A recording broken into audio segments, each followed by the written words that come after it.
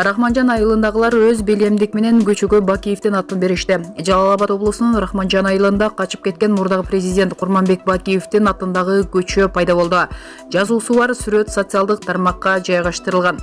Облустук өкүлчүлүк мындай көчө бар экенин тастыктады. Алардын айтымында Рахманжан айылынын жашоочулары өз билемдик кылып көчөгө Бакиевдин атын коюп алышкан. Бул маселе боюнча жыйналыш өтүп, жергиликтүү өз алдынча башкаруу органы мурдагы президенттин атын көчөгө берүүгө каршы чыккан. Бирок айылдагылар уруксаты жок өздөрү жасап алышкан. Булак элдик медиа.